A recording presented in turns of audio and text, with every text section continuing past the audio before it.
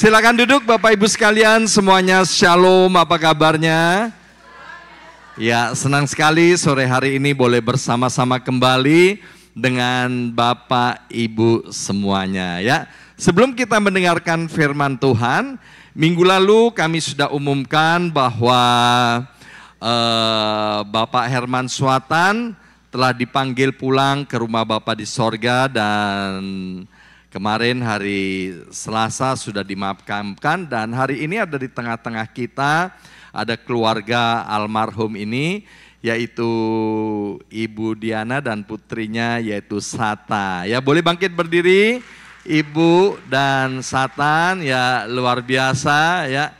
Mereka sudah sangat dihiburkan dan dikuatkan oleh anugerah Tuhan. Mari beri tepuk tangan sekali lagi yang paling meriah untuk Tuhan kita. Haleluya.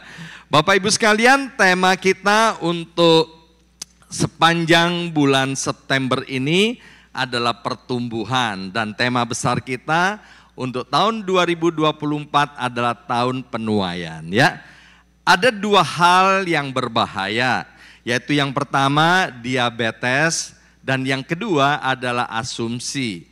Kenapa diabetes berbahaya? Karena diabetes adalah ibu daripada segala penyakit. Ya, saya senang sekali beberapa anak muda berkata begini, ya kan? Sekarang kita jangan makan yang manis-manis ya.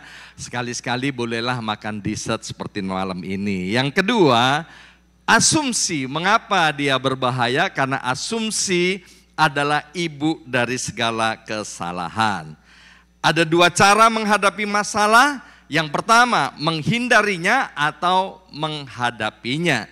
Ketika kita menghindari ada masalah, maka itu hanya akan memperpanjang rasa sakit. Tetapi kalau kita berani menghadapi masalah, itu akan membawa kepada penyelesaian. Ada dua kelompok orang yang tidak pernah mau mendengarkan nasihat. Yang pertama, orang yang lagi jatuh cinta. Ya, jangan coba-coba memberi nasihat kepada orang yang jatuh cinta. Yang kedua, kita tidak bisa memberi nasihat kepada orang yang merasa dirinya sudah mapan. Satu kali saya ketemu dengan seorang pemuda, usianya sudah cukup disebut dewasa, Bapak Ibu sekalian. Saya bilang, bro, kenapa kamu kok tidak bekerja? Kemudian bro ini dia bilang begini, untuk apa pastor saya bekerja? Loh, untuk supaya kamu punya duit. Terus dia bilang gini, untuk apa punya duit? Ya supaya kamu nanti bisa beli apa-apa dengan uangmu. Oh, saya nggak perlu itu semua pastor. Ya kan, artinya apa? Dia sudah mapan. Saya tanya, kamu punya tabungan berapa? Dia sebutkan dia punya tabungan beberapa ratus dolar, bukan beberapa ratus ribu dolar. Ya kan? Kemudian saya bilang, cukup pastor, sebab kalau kurang saya tinggal minta kepada papa dan mama saya. Kerjaanmu apa tiap hari? Main game sama nonton drama seri. Itu orang yang sudah mapan. Jangan buang-buang waktu ngobrol dengan orang yang sudah mapan. Ada dua sumber kebijaksanaan. Yang pertama adalah pengalaman pribadi, yang kedua adalah firman Tuhan. Yang pertama mengajarkan kepada kita dengan luka, dan yang kedua mengajarkan kita dengan pengertian. Ada dua macam pertumbuhan. Yang pertama yaitu pertumbuhan yang menguntungkan, dan yang kedua ternyata ada pertumbuhan yang merugikan atau yang merusak. Pertumbuhan yang merugikan ini sangat berbahaya Bapak Ibu sekalian, karena dapat menggerogoti dan merusak baik itu tanaman maupun kalau itu dalam bidang kerohanian dapat merusak kerohanian setiap kita. Seperti benalu yang nampaknya tidak berbahaya, namun secara perlahan percayalah benalu itu akan mematikan tanaman induknya. Pertumbuhan yang merugikan dapat merusakkan pohon induk itu, dan juga pertumbuhan yang merugikan itu secara rohani dapat merusakkan hubungan kita dengan Tuhan dan hubungan dengan sesama. Tapi sore hari ini Bapak Ibu sekalian, kita tidak perlu merasa khawatir karena pertumbuhan yang merugikan itu dapat dideteksi, dikenali dan diatasi. Nah, hari ini saya memberikan judul renungan yaitu membasmi benalu dalam hati. Ayo bersama-sama ucapkan 2, 3, membasmi benalu dalam hati. Artinya ada benalu di dalam hati kita. Itu yang harus kita basmi. Sebab kalau tidak dia nanti akan bertumbuh makin lama makin kuat dan itu akan membahayakan ya. Nah, ini ada satu slide tentang benalu. Ya, tolong ditampilkan. Nah, di halaman belakang rumah saya berderet itu pohon cemara. Orang bilang di sini adalah evergreen ya. Satu kali Ibu Yongki dia lihat begini, kok ini ada sesuatu yang agak aneh ya di pohon cemara ini ya. Ada sesuatu yang kemudian menyebabkan beberapa dahan dari pohon cemara itu menguning dan sebagian ada yang coklat alias mulai mati. Dan kemudian ketika didekati ternyata yang sebelah kanan itu adalah benalu Bapak Ibu sekalian. Sementara yang di sebelah kiri itu adalah ranting pohon cemara. Kalau itu bisa di zoom, bisa lihat lebih dekat lagi, ternyata itu bisa melilit ranting dari pohon cemara seperti sebuah kabel ya. Itu kalau nggak dibiarkan lama-lama pohon cemara itu akan mati. Pada tahun pertama kami tidak mengerti, kami tarik kemudian kami potong. Tapi tahun depannya itu menjalar lagi Bapak Ibu sekalian. Kemudian kami kepingin tahu apa yang terjadi.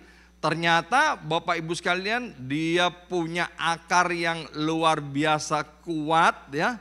Kami lihat sampai ke bawah, wow. Dan untuk membongkarnya dibutuhkan kehati-hatian sebab kalau tidak nanti bisa merusak pohon cemara itu dan juga bisa merusak pagar di rumah. Itulah tentang yang namanya benalu. Dan hari ini yang pertama kita akan belajar ternyata ada pertumbuhan benalu yang berbahaya, itu namanya pertumbuhan benalu ego ya. Pertumbuhan benalu ego itu sangat berbahaya. Kenapa ego itu berbahaya? Karena ego itu menjadikan diri sendiri sebagai pusat alam semesta. Orang yang punya ego yang tinggi, Bapak Ibu sekalian, merasa dirinya itu yang paling penting di atas semesta alam ini. Saya mohon maaf kepada Bapak Ibu sekalian, saya ini punya satu kebiasaan buruk ya.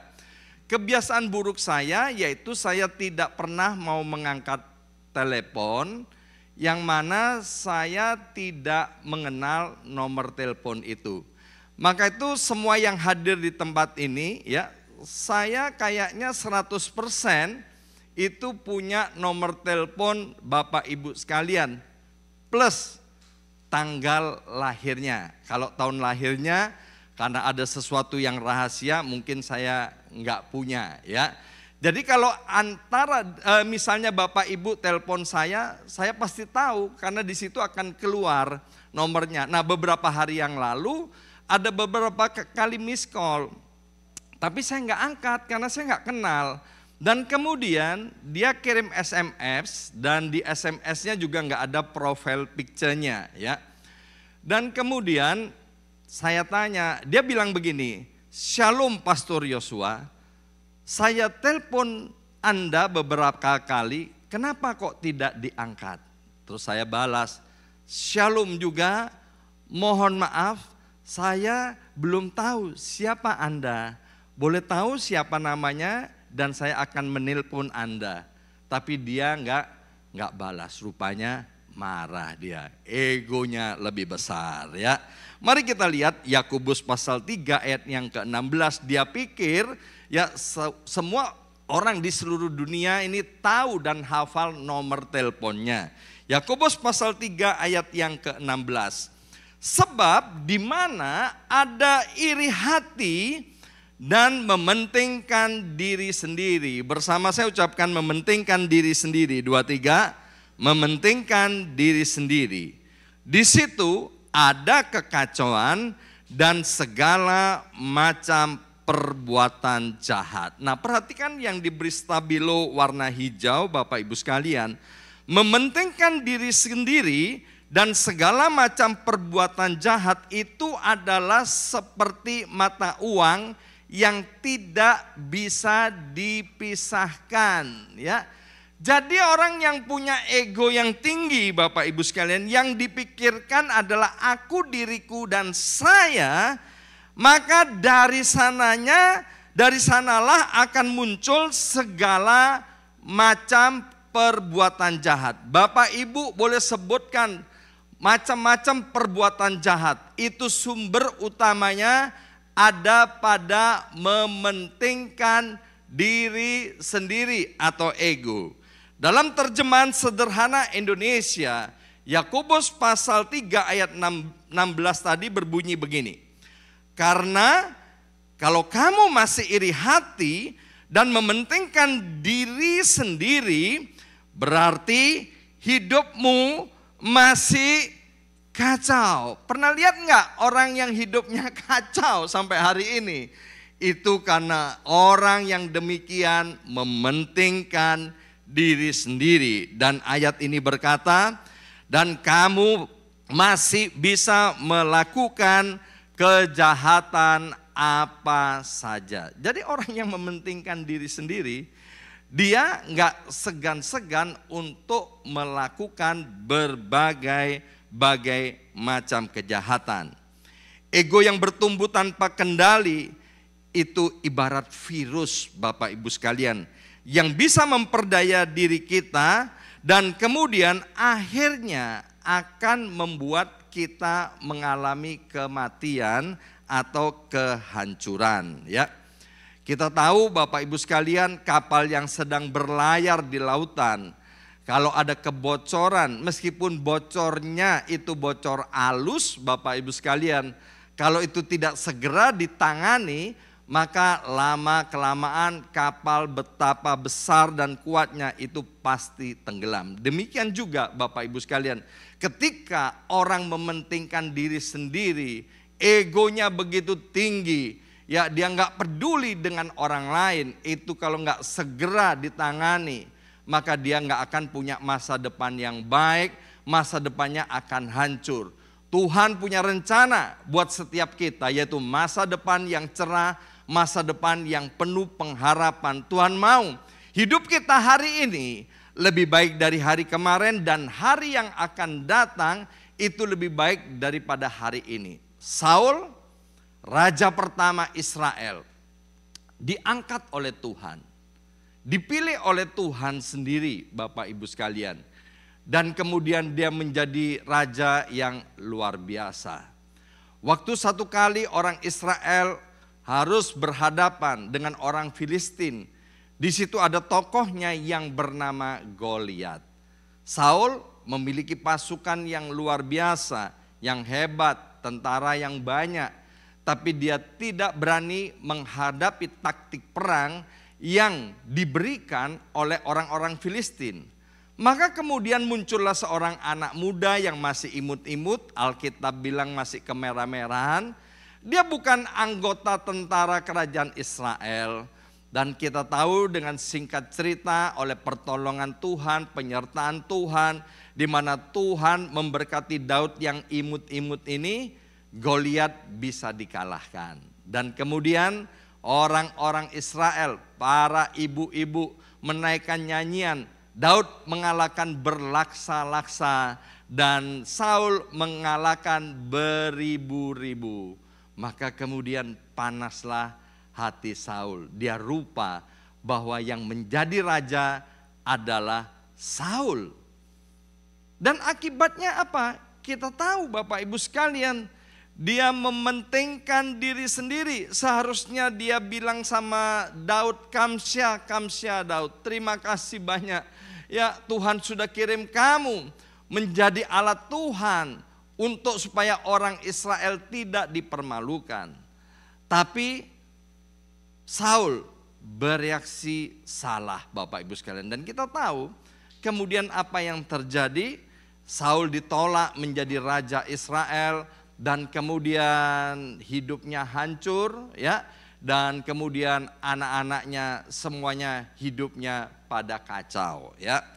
Nah, di layar saya menyiapkan satu gambar seorang wanita yang bernama Elizabeth Holmes, ya. Dan di bawahnya saya tulis ada namanya Theranos. Beberapa orang mungkin pernah mendengar company bernama Theranos Incorporation. Ini adalah perusahaan teknologi dalam bidang kesehatan.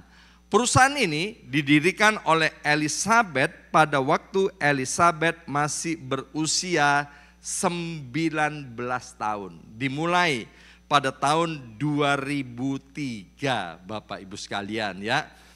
Elizabeth bilang begini, bahwa dengan hanya 1 tetes darah maka semua sakit penyakit dari seseorang itu dapat diketahui.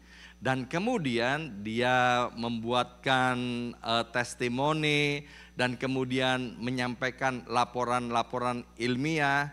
Dan kemudian apa yang dikerjakan oleh Elizabeth, boom, sukses luar biasa. Bahkan pada tahun itu dibandingkan dengan Steve Jobs, ya.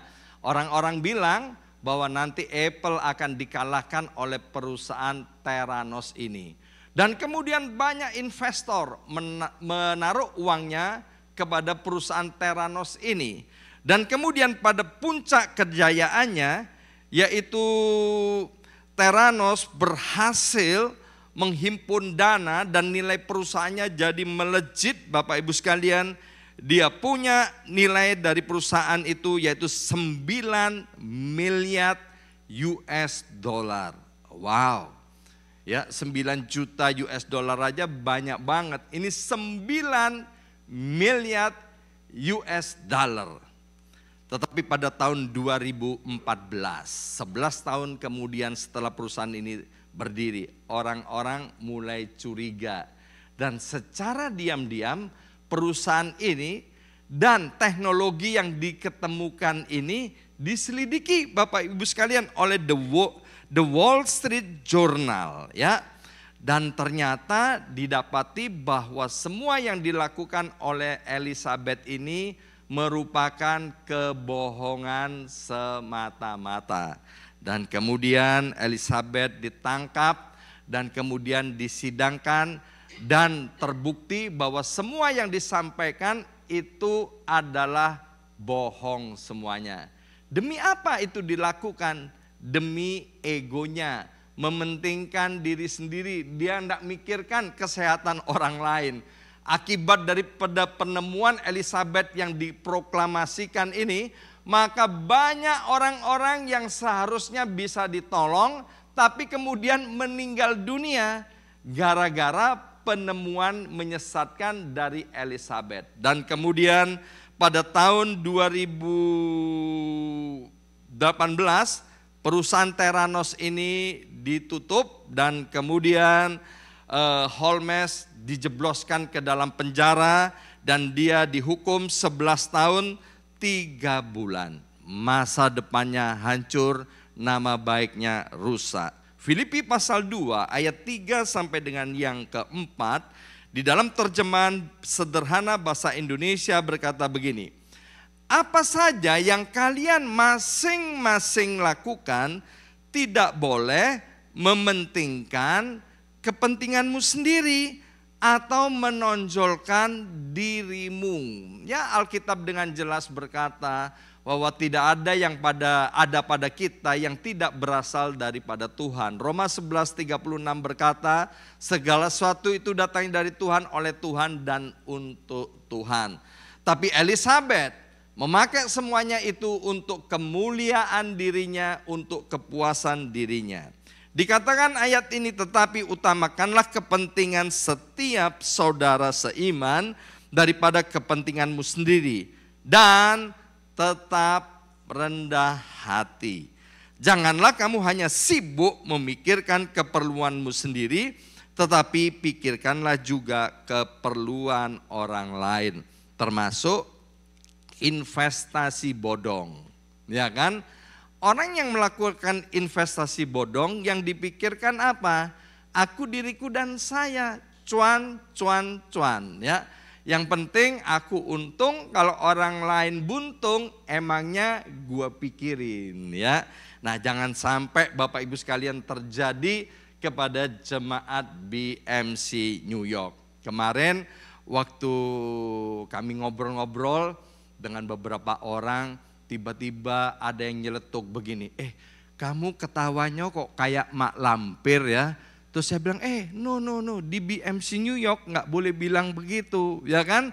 Di BMC New York perkataannya harus memuliakan nama Tuhan dan harus mendatangkan kasih karunia bagi yang mendengarnya, ya.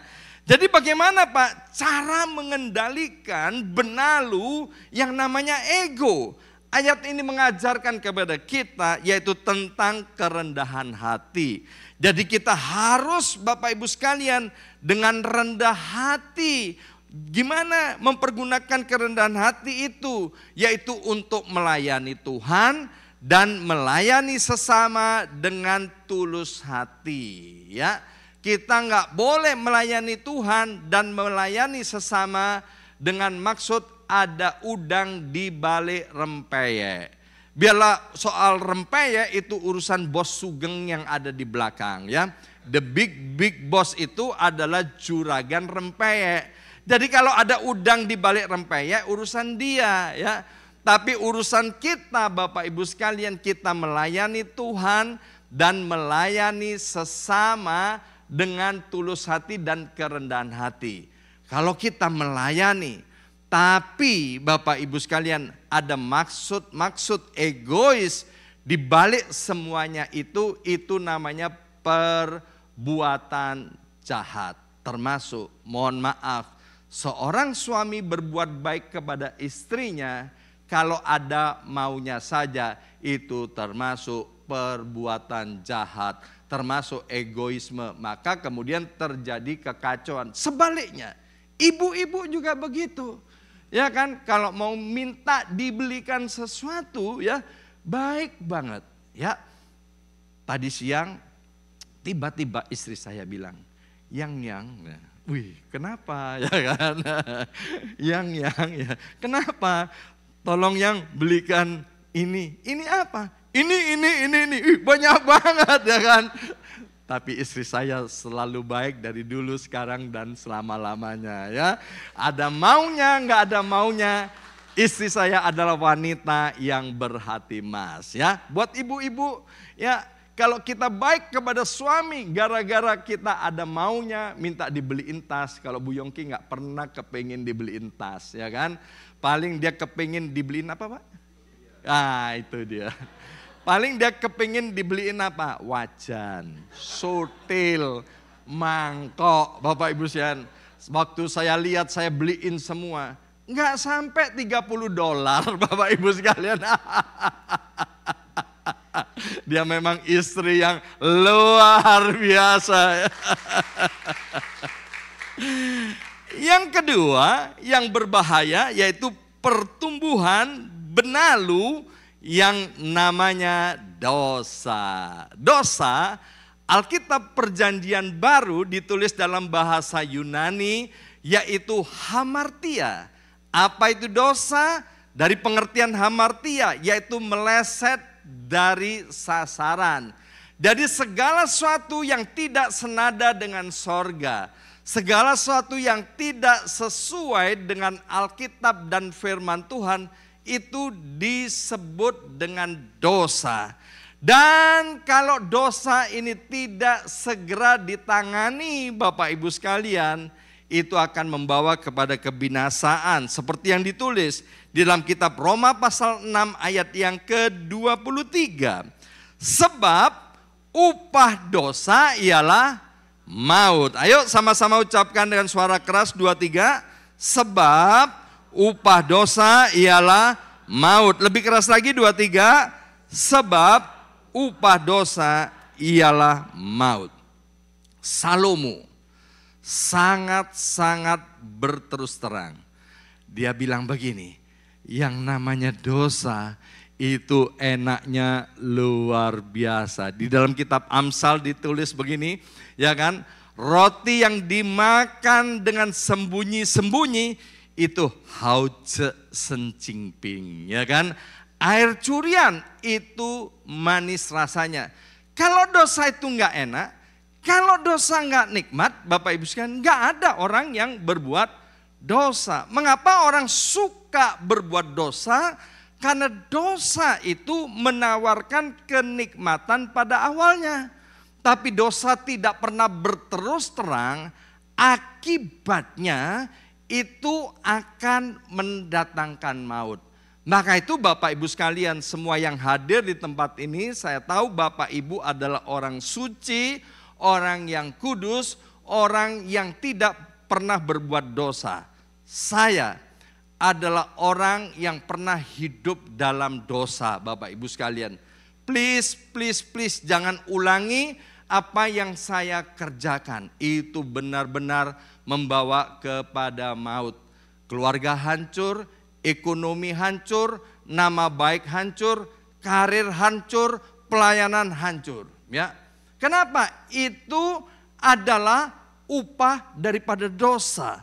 Beberapa waktu yang lalu saya sampaikan, dosa itu punya kekuatan yang dahsyat ketika dosa itu disembunyikan. Waktu dosa itu disembunyikan, dia akan makin mengakar dengan kuat dan dia akan semakin mempengaruhi hidup kita yang pada akhirnya akan membuat kita kepada kebinasaan. Daud hanya semalam, hanya satu malam, dia berbuat dosa dengan Batseba. Dia pikir apa artinya cuman semalam tentang dosa itu. Dan dia berusaha untuk menutupi dan menyembunyikan. Ketika dosanya tidak diakui, maaf Bapak Ibu sekalian, yang disebut dosa itu bukan hanya soal dosa perzinahan ya. Tadi saya sudah sampaikan, yaitu segala sesuatu yang tidak senada dengan sorga, yang tidak sesuai dengan firman Tuhan, yang meleset dari sasaran, itu adalah disebut dengan dosa. Akhirnya karena dosa itu disembunyikan, maka lahirlah anak-anak dosa. Yaitu pikiran Daud mulai kotor, pikirannya mulai jahat, pikirannya mulai ada tipu muslihat ya. Dan singkat cerita kita tahu kemudian Uria dikorbankan dengan taktik dan lain sebagainya. Ingat, Gusti ora sare, Tuhan itu tidak pernah tidur. Dalam kitab Mazmur dikatakan ngantuk aja nggak pernah, apalagi tertidur. Jangan pernah bandingkan Tuhan dengan manusia. Tuhan itu maha tahu, Tuhan itu maha hadir. Dan kemudian Tuhan mengirim Nabi Nathan untuk menegur Daud. Apa yang dikerjakan oleh Daud? Daud luar biasa. Dia meresponi teguran itu, dia buka hatinya. Dia hancur hati, dia akui dosanya, dia akui kesalahannya. Dan kemudian dia bertobat. Dosa akan kehilangan sengatnya. Dosa akan kehilangan cengkramannya. Dosa akan kehilangan taringnya. Ketika dosa itu dibuka di depan umum, diakui, dan kemudian ditinggalkannya. Amsal 28 ayat 13 berkata, orang yang mengakui dosanya, bertobat, meninggalkan dosanya, maka ia disayangi oleh Tuhan. Bapak Ibu tahu nggak, Tuhan mencintai dan menyayangi kita semua. Amin. Daud dipulihkan oleh Tuhan. Sehingga dalam kitab Perjanjian Baru Tuhan bilang begini, bahwa aku telah mendapati orang yang berkenan di hadapanku, yang melakukan segala kehendakku. Mengapa ditulis Daud melakukan segala kehendakku, kata Tuhan? Karena Tuhan itu tidak pernah mau mengingat-ingat dosa yang pernah kita lakukan kalau kita mengakuinya. Maka itu 1 Yohanes pasal 1 ayat 9, jikalau kita datang kepada Tuhan mengakui dosa-dosa kita, maka Dia akan menyucikan dosa-dosa kita, Dia akan mengampuni kita dan memulihkan hidup kita. Tahun 2024 ini Tuhan mau membuat setiap kita mengalami tuaian yang besar-besaran. Amin. Keluarga kita diberkati, keluarga kita dipulihkan, karir kita, ekonomi kita, keuangan kita diangkat oleh Tuhan, diberkati berlimpah-limpah. Anak-anak kita akan seperti anak panah di tangan pahlawan, akan tepat sasaran, mengalami masa depan yang cerah, masa depan yang penuh dengan pengharapan. Saya bersyukur ketika ada seorang ayah, dia bilang begini, saya ingat akan khotbahnya pastor. Saya tanya, ingat yang bagian mana? Ya, pastor pernah memberikan nasihat, jangan sampai nanti ketika usiamu sudah lanjut, kamu muntah darah. Dan saya ketawa, ya kan? Gimana responnya? Ya, saya mau lebih sungguh-sungguh di dalam Tuhan, dan saya mau hidup saya menjadi teladan, menjadi Alkitab yang terbuka bagi keluarga dan anak-anak saya. Nah, Bapak Ibu sekalian, jadi bagaimana cara mengendalikan benalu yang bernama dosa? Yang pertama yaitu segera bertobat. Bersama saya ucapkan segera bertobat. 2, 3. Segera bertobat. Segera bertobat itu artinya lakukan dengan seksama dan dalam tempo yang sesingkat-singkatnya. Siap gerak, ya. Nah, Bapak Ibu sekalian, ketika kita menunda pertobatan 1 hari, berarti menunda pertolongan Tuhan 1 hari. Ketika kita menunda pertobatan itu 1 bulan, kita menunda pertolongan Tuhan 1 bulan. Dan kita nggak tahu keluar dari tempat ini apa yang akan terjadi, apalagi sebulan ke depan. Roma pasal 4 ayat 6 dan 8 berkata begini. Roma pasal 4 ayat 6 sampai dengan 8, seperti juga Daud menyebut berbahagia orang yang dibenarkan Allah bukan berdasarkan perbuatannya. Berbahagialah orang yang diampuni pelanggaran-pelanggarannya dan yang ditutupi dosa-dosanya. Berbahagialah manusia yang kesalahannya tidak diperhitungkan Tuhan kepadanya. Hari ini kita akan melakukan perjamuan kudus. Roti dan anggur perjamuan ini mau berbicara kepada setiap kita bahwa pengorbanan Yesus itu lebih daripada cukup untuk mengampuni dosa-dosa dan kesalahan kita. Amin. Jangan pernah izinkan iblis menuduh hati kita. Alkitab bilang, mari kita berperkara. Apakah dosamu semerah kain kesumba? Aku akan menjadikannya seputih bulu domba. Kalau engkau berkata bahwa dosamu semerah kain kirmisi, aku akan menjadikannya seputih salju. Amin. Ketika kita datang kepada Yesus, Bapak Ibu sekalian, kita nggak bisa membayar dosa kita dengan perbuatan baik kita. Tapi kita disucikan karena anugerah di dalam Yesus. Ketika kita mengakui datang kepada Tuhan, sekonyong-konyong mendadak sontak, Tuhan pun mengampuni dan memperbarui hidup kita. Kalau Daud yang hidup pada perjanjian lama, Tuhan pulihkan dan Tuhan berkata, inilah orang yang berkenan di hadapanku. Hari ini dari sorga Tuhan juga berkata, setiap kita adalah umat pilihan Tuhan. Amin. Tuhan berkenan kepada kita. Dan yang kedua, bagaimana mengendalikan itu benalu yang bernama dosa, yaitu dengan menjauhi pemicu dosa. Ya, Bapak Ibu sendirian itulah yang paling tahu apa yang menyebabkan Bapak Ibu bisa berbuat dosa. Maka itu kemudian kita harus menjauhi pemicu itu, ya. Dan tidak ada seorang pun yang tahu apa penyebab pemicu itu selain Bapak Ibu sekalian, dan Roh Kudus itu luar biasa. Dia yang akan menolong kita setiap waktu untuk kita menjauhi dan melepaskan dari dosa itu. Dan yang terakhir yaitu pertumbuhan benalu yang bernama kebencian. 1 Yohanes pasal 3 ayat yang ke-15.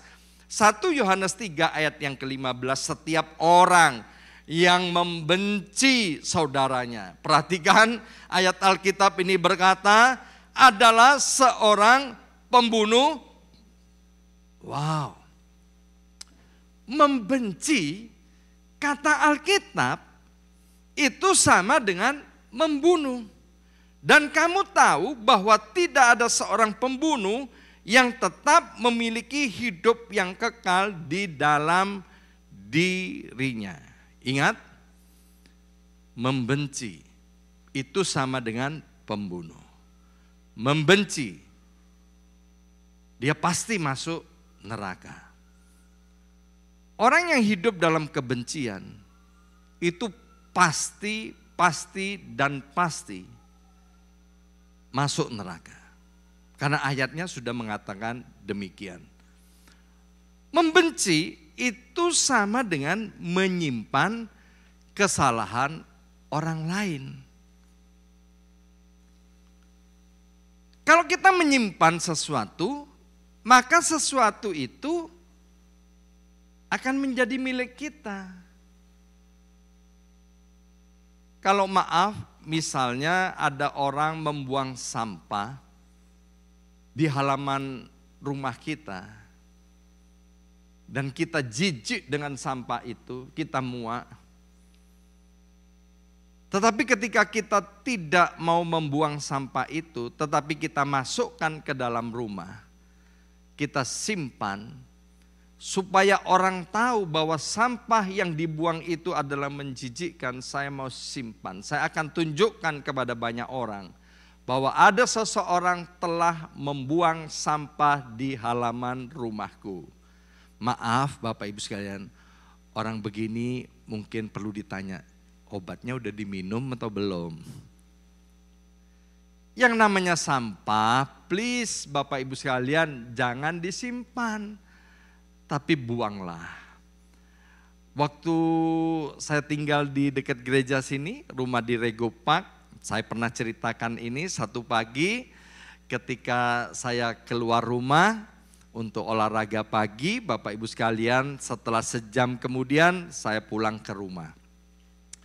Dan ternyata di halaman rumah saya, di driveway mau masuk ke rumah, maaf ada kotoran anjing di situ, ya. Dan rumah saya ini sudah dilengkapi oleh CCTV by Mr. Akwang, ya. Baik yang di Rego Park maupun yang di Long Island, ya. Jadi bagi Bapak Ibu yang rumahnya belum ada CCTV-nya, setelah selesai ibadah ini bisa langsung menghubungi beliau, ya. Jadi di rumah saya itu di mana-mana CCTV, ya. Katanya Mr. Akwang supaya pastor saya termonitor dengan baik. Saya jengkel banget Bapak Ibu sekalian, lihat kotoran anjing itu. Saya marah dan saya mulai masuk rumah, saya mau buka CCTV itu, saya mau tahu nih tetangga mana yang membiarkan anjingnya seperti itu, ya kan? Tapi kemudian aduh daripada repot-repot ya kan. Akhirnya saya masuk rumah, saya ambil itu tisu basah Clorox itu yang 99% kill virus itu Bapak Ibu sekalian, dan saya ambil kertas kresek dan kemudian saya ambil kotoran anjing itu. Dan maaf, untuk pertama kalinya dalam hidup ini saya tahu rasanya pegang kotoran anjing itu seperti apa ya. Dan saya bersihkan itu dengan tisu basah itu ya. Dan kemudian saya buang ke sampah dan I'm free ya. Coba bayangkan, setelah saya bersihkan, saya simpan, saya taruh di lemari saya. Dan setiap jemaat datang saya bilang, ini ada tetangga yang kurang ajar. Alangkah bodohnya saya ya. Nah, Tuhan mau Bapak Ibu sekalian, setiap kita untuk tidak menyimpan kesalahan orang lain. Tuhan tidak mau kita hidup dalam kepahitan. Sebab apa? Ketika kita hidup dalam kebencian, itu yang rugi adalah diri kita sendiri. Makan tak enak, tidur tak nyenyak. Ya, apalagi kalau Bapak Ibu sekalian sampai benci dan pahit hati sama saya. Mau makan ingat gundul saya, mau minum ingat kumis saya, ya kan? Mau tidur ingat kacamata saya. Waduh, Bapak Ibu sekalian, itulah lama-lama akan menyebabkan depresi, stres, nggak lama kemudian stroke. Dokter bilang ada beberapa penyakit itu disebabkan karena hatinya penuh dengan kepahitan dan kebencian. Pada hari Rabu tanggal 17 Juni 2015 terjadi penembakan di sebuah gereja di Charlestown, di South Carolina. Pelakunya adalah seorang anak muda kulit putih yang bernama Dylann Roof, dipanggil sebagai Roof. Dia hadir dalam pertemuan itu adalah tempat ibadah Amerika Afrika, tempat orang kulit hitam. Dan yang hadir dalam pertemuan pada hari itu ada 12 orang Bapak Ibu sekalian. Karena itu adalah pertemuan Bible study dan kemudian doa syafaat ya. Setelah Roof ikut kebaktian itu selesai ya dengan baik, damai sejahtera, dia disambut oleh pendetanya dan jemaat itu. Maka kemudian Roof mengeluarkan pistolnya dan ditembaklah satu persatu. Dari 12 orang yang hadir, 10 orang meninggal dunia. Dan kemudian Roof ditangkap. Dipikir Roof ini adalah teroris. Dalam kemudian interogasi, ternyata Roof menyimpan dendam kebencian kepada orang-orang kulit putih. Mengapa Roof begitu benci kepada orang kulit putih, dia benci kepada orang-orang kulit hitam? Mengapa Roof orang kulit putih ini benci kepada orang-orang kulit hitam? Saya bilang begini Bapak Ibu sekalian, bahwa input akan mempengaruhi output. Hati-hati dengan yang namanya input, karena apa yang keluar itu tergantung daripada apa yang di dalam. Apa yang di dalam itu tergantung daripada apa yang masuk dari luar. Ternyata Roof ini salah satunya dia gemar browsing internet tentang keburukan, tentang kejelekan orang-orang kulit hitam. Di internet kita bisa pilih Bapak Ibu sekalian hal yang benar dan hal yang menyesatkan. Jangan percaya bahwa di internet itu benar 100%. Tadi saya berkata di awal ada yang paling bahaya yaitu asumsi. Asumsi itu adalah ibu daripada segala kesalahan. Saya tidak lagi berkampanye. Saya tidak kenal Presiden Joko Widodo ya. Tapi saya percaya beliau adalah orang yang baik. Waktu saya pulang ke Indonesia, saya tanya kepada beberapa orang dan beberapa kali ya, orang-orang yang berbeda. Menurut kamu bagaimana Presiden Joko Widodo, ya. Saya kan berasal dari desa. Orang-orang desa itu dia bilang ciami, ya kan? Bagus banget. Saya tanya kepada ibu mertua saya yang usianya hari ini masih sehat walafiat, usia 86 tahun. Bagaimana dengan Presiden Joko Widodo? Presiden Joko Widodo baik luar biasa, ya. Tanggal 20 Oktober nanti 35 hari lagi beliau akan menyerahkan jabatannya karena sudah habis masa tugasnya. Yang anehnya ada beberapa teman baik saya yang sebelumnya mendukung Presiden Joko Widodo ini, Bapak Ibu sekalian, ya sekarang kemudian mulai kurang suka dengan Presiden Joko Widodo. Saya tanya kenapa? Ya kan, coba lihat itu di sosial media. Ya kan, coba itu di internet banyak yang menjelek-jelekan. Bapak Ibu sekalian, kalau ada yang menjelek-jelekan Joko Widodo itu langsung saya delete. Yang saya lihat yang baik-baik, yang memuji Joko Widodo. Kan hidup ini adalah pilihan. Ruf kembali kepada Ruf ini. Ya kan, dia mengisi perbendaharaannya dengan kebencian terhadap orang-orang kulit hitam. Dan kemudian apa? Dia menembak orang-orang kulit hitam.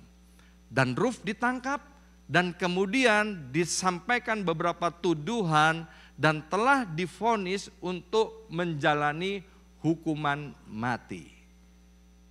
Masa depannya hancur, masa depannya suram Bapak Ibu sekalian, ya. Maka itu Bapak Ibu sekalian, kalau hari ini ada di antara kita, mungkin kita sedang benci, pahit hati dengan seseorang, mungkin itu keluarga kita, atau mungkin atasan kita, partner kerja kita. Please, Alkitab berkata berapa kali kita harus mengampuni orang yang bersalah kepada kita, bukan 7 kali. Tapi 70 kali 7 kali. Artinya Tuhan mau kita mengampuni orang yang bersalah kepada kita dengan pengampunan yang tidak terbatas. Waktu Ibu Yongki dia memilih untuk mengampuni saya. Itu peristiwa 24 tahun yang lampau. Ya. Hari ini keputusannya adalah keputusan yang benar dan tepat. Keluarga kami dipulihkan, anak mantu cucu kami diberkati oleh Tuhan dan nama Tuhan dipermuliakan. Tuhan yang sama sedang berbicara kepada kita. Keputusan Bapak Ibu hari ini untuk mengampuni orang-orang yang bersalah kepada kita. Untuk kita tidak menaruh kepahitan hati, kebencian, dendam kepada mereka. Mungkin kita tidak akan merasakan dampaknya dalam waktu dekat. Tetapi percayalah Bapak Ibu sekalian, itu akan memberikan dampak yang sangat besar kepada masa depan kita di waktu-waktu yang akan datang. Kemarin datang ke rumah saya sepasang suami istri. Waktu itu ditinggal berzina oleh istrinya Bapak Ibu sekalian. Dan secara diam-diam istrinya membuat surat cerai. Sehingga kemudian suami istri ini dia resmi cerai. Tetapi kami dan bersama jemaat melayani keluarga ini, kami mendoakan dan lain sebagainya. Akhirnya keluarga ini khususnya sang suami mau untuk mendengarkan firman Tuhan dan mau untuk keluarganya dipulihkan. Meskipun dua keluarga besarnya, baik dari pihak suami maupun dari pihak istri, itu menentang pemulihan ini. Tetapi kuasa Tuhan jauh lebih besar daripada kuasa apapun di atas muka bumi ini. Amin. Dan kemudian singkat cerita keluarga ini mau dipulihkan. Dan kemudian istri saya bilang, oke, sekarang karena kamu mau dipulihkan, kamu bikin surat kawin lagi dan kamu harus diberkati ulang pernikahanmu di gereja. Dan itu dilaksanakan Bapak Ibu sekalian oleh pasangan suami istri ini. Hari ini ketika menoleh ke belakang, kemarin dia bilang kami sangat bersyukur Karena kami melepaskan pengampunan. Kami nggak mau menyimpan kesalahan orang lain. Jadi gimana Pak cara untuk mengendalikan benalu yang bernama kebencian? Saya undang pemain musik maju ke depan. Matius pasal 5 ayat yang ke-44 berkata begini. Tetapi aku berkata kepadamu, kasihilah musuhmu dan berdoalah bagi mereka yang menganiaya kamu. Jadi yang pertama, Bapak Ibu sekalian, dengan pertolongan Roh Kudus Tuhan mau kita memilih untuk mengampuni dan mengasihi. Ini bukan soal bisa atau tidak bisa, tapi ini bicara soal mau atau tak mau. Kalau Tuhan memberikan perintah, 1 Yohanes 5 ayat 3 berkata bahwa perintah-perintahnya itu tidak ada yang berat, tidak ada yang sukar. Mengapa perintah-perintah Tuhan itu nggak ada yang berat, nggak ada yang sukar? Karena Roh Kudus itu yang memberikan kemampuan kepada kita untuk mengampuni dan mengasihi orang-orang yang bersalah kepada kita. Dan yang kedua, ayat ini dengan jelas berkata, berdoalah bagi musuhmu. Artinya kita mendoakan bukan musuh kita supaya cepat mati, tubruk mobil Bapak Ibu sekalian, tapi kita berdoa untuk musuh-musuh kita agar musuh-musuh kita dipulihkan oleh Tuhan dan diberkati oleh Tuhan. Alkitab bilang ketika kita melakukan hal ini Bapak Ibu sekalian, itu baik di pemandangan Tuhan. Urusan orang yang mengkhianati kita, urusan orang yang berbuat jahat kepada kita itu bukan urusan kita, tapi itu adalah urusan Tuhan sendiri.